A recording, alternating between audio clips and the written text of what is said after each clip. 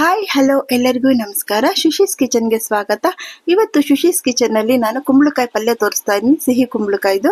ಇದಕ್ಕೆ ನಾನು 2 onion cut ಮಾಡ್ಕೊಂಡಿದ್ದೀನಿ, ಒಂದು 5-6 ಗ್ರೀನ್ ಚಿಲ್ಲೀಸ್ ತಗೊಂಡಿದ್ದೀನಿ, ತೆಂಗಿನ ತುರಿ ಮತ್ತು ಕೊತ್ತಂಬರಿ ಸೊಪ್ಪು, ಕರಿಬೇವಿನ ಸೊಪ್ಪು. ಲಾಸ್ಟಲ್ಲಿ ಒಂದು ಪುಡಿ ಸೇರಿಸ್ಕೊತೀನಿ. ಇದಕ್ಕೆ ಫಸ್ಟ್ ಏನು ಮಾಡಬೇಕು, ಇದಕ್ಕೆ ಒಂದು ಕುಕ್ಕರ್ ಇಟ್ಕೊಳ್ಳೋಣ. ನಾನು ಇವತ್ತು ಕುಕ್ಕರಲ್ಲೇ ಮಾಡ್ತಾ ಇದ್ದೀನಿ. ಕುಕ್ಕರಲ್ಲಿ ಮಾಡಿದ್ರೆ ಬೇಗ ನಿಮಗೆ 5-6 ಮಿನಿಟ್ಸಲ್ಲಿ ಆಗಿಬಿಡುತ್ತೆ, ಟೈಮ್ ಸೇವ್ ಆಗುತ್ತೆ.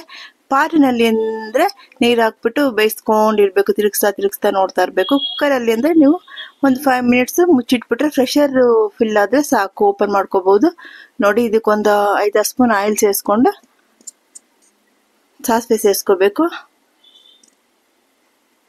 ಸಾಸಿವೆ ಚಟಪಟ ಅಂತ ಸಿಡಿದ ಮೇಲೆ ನಾವು ಇದಕ್ಕೆ ಕಡಲೆಬೇಳೆ, ಸ್ವಲ್ಪ ಕಡಲೆಬೇಳೆ, 1-2 ಸ್ಪೂನ್ ಕಡಲೆಬೇಳೆ ಸೇರಿಸ್ಕೊತೀನಿ.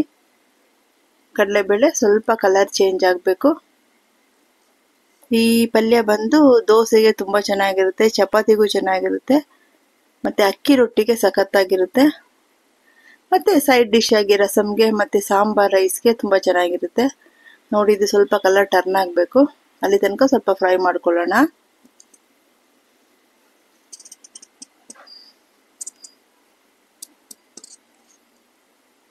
ಕಲರ್ ಟರ್ನ್ ಆಗ್ತಾ ಇದೆ. ಇವಾಗ ನಾವು ಇದಕ್ಕೆ ಗ್ರೀನ್ ಚಿಲ್ಲೀಸು, ರೆಡ್ ಚಿಲ್ಲೀಸ್ ಕೂಡ ಆ್ಯಡ್ ಮಾಡ್ಕೋಬೋದು, ಏನು ತೊಂದರೆ ಇಲ್ಲ. ಆನಿಯನ್ನು ಸೇರಿಸ್ಕೊತಾ ಇದ್ದೀನಿ, ಮತ್ತು ಕರಿಬೇವಿನ ಸೊಪ್ಪು ಸೇರಿಸ್ಕೊಳ್ಳೋಣ. ಸೇರಿಸ್ಕೊಂಡು ಸ್ವಲ್ಪ ಒಂದು 3-4 ನಿಮಿಷ ಮೀಡಿಯಂ ಫ್ಲೇಮಲ್ಲಿ ಇಟ್ಕೊಂಡು ಚೆನ್ನಾಗಿ ಇದನ್ನು ಫ್ರೈ ಮಾಡ್ಕೋಬೇಕು. ಸ್ವಲ್ಪ ಕಲರ್ ಟರ್ನ್ ಆದರೆ ಟೇಸ್ಟ್ ಇರುತ್ತೆ.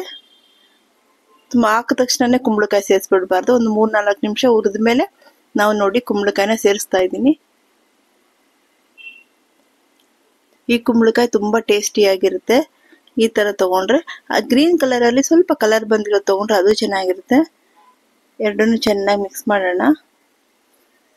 ಈರುಳ್ಳಿ, ಕುಂಬಳಕಾಯಿ ಎಲ್ಲ ಚೆನ್ನಾಗಿ ಮಿಕ್ಸ್ ಆದರೆ ನಾವು ಫ್ರೆಶರ್ ಲಾಕ್ ಮಾಡಿ ಬೇಯಿಸ್ಕೋಬೋದು. ಇವಾಗ ಇದಕ್ಕೆ ಸಾಲ್ಟ್ ಸೇರಿಸ್ಕೊಳ್ಬೇಕು. ಎಷ್ಟು ಬೇಕಾಗುತ್ತೋ ಸಾಲ್ಟು ಅಷ್ಟು ನಾವು ಇದಕ್ಕೆ ಸಾಲ್ಟ್ನ ಆ್ಯಡ್ ಮಾಡೋಣ. ಫಸ್ಟ್ ಆಲ್ರೆಡಿ ಕುಂಬಳಕಾಯಿ ಸ್ವೀಟ್ ಆಗಿರುತ್ತೆ. ಇದಕ್ಕೆ ಸ್ವಲ್ಪ ಬೆಲ್ಲ ಆಪ್ಷನ್, ಬೆಲ್ಲ ಸೇರಿಸ್ಕೊಂಡ್ರೆ ಇನ್ನೂ ಚೆನ್ನಾಗಿರುತ್ತೆ. ನಾನಿವಾಗ ಸೇರಿಸ್ತಾ ಇಲ್ಲ, ಇದು ಕುಂಬಳಕಾಯಿ ತುಂಬ ಸ್ವೀಟ್ ಇದೆ ಅದರಿಂದ ಸೇರಿಸ್ತಾ ಇಲ್ಲ.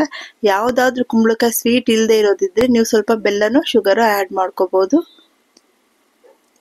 ನೋಡಿ, ಹೀಗೆ ತಿರುಗಿಸ್ಬಿಟ್ಟು ನಾವು ಕಟ್ ಮಾಡಿ ಇಟ್ಕೊಂಡಿದ್ದೀವಲ್ವ, ಅದರಲ್ಲಿ ಸ್ವಲ್ಪ ಕೊತ್ತಂಬರಿ ಸೊಪ್ಪು, ಸ್ವಲ್ಪ ತೆಂಗಿನ ತುರಿನೂ ಇವಾಗ ಸೇರಿಸ್ಬಿಟ್ಟು ಮಿಕ್ಸ್ ಮಾಡಿಬಿಟ್ಟು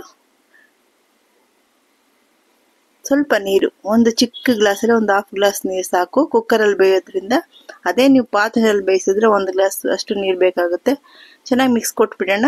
ನೀರು ಹಾಕ್ಬಿಟ್ಟು ಮಿಕ್ಸ್ ಕೊಟ್ಬಿಟ್ಟು ಲಾಕ್ ಮಾಡಿಬಿಟ್ಟು ಪ್ರೆಷರ್ ತುಂಬಿಸ್ಬೇಕು. ಇಲ್ಲ ಅಂದರೆ ಒಂದು ವಿಷಲ್ ಬಂದರೆ ತಕ್ಷಣ ನೀವು ರಿಲೀಸ್ ಮಾಡಬೇಕು. ಏನಾದ್ರು ಒಂದು ನೈಫ್ ಇಟ್ಬಿಟ್ಟು ಇಲ್ಲ ಸ್ಪೂನಲ್ಲಿ ವೆಯ್ಟ್ನ ಮೇಲೆ ಎತ್ಬಿಟ್ಟು ರಿಲೀಸ್ ಮಾಡಿಬಿಡ್ಬೇಕು. ನೋಡಿ, ಒಂದು ವಿಷಲ್ ಬರ್ತಾ ಇದೆ.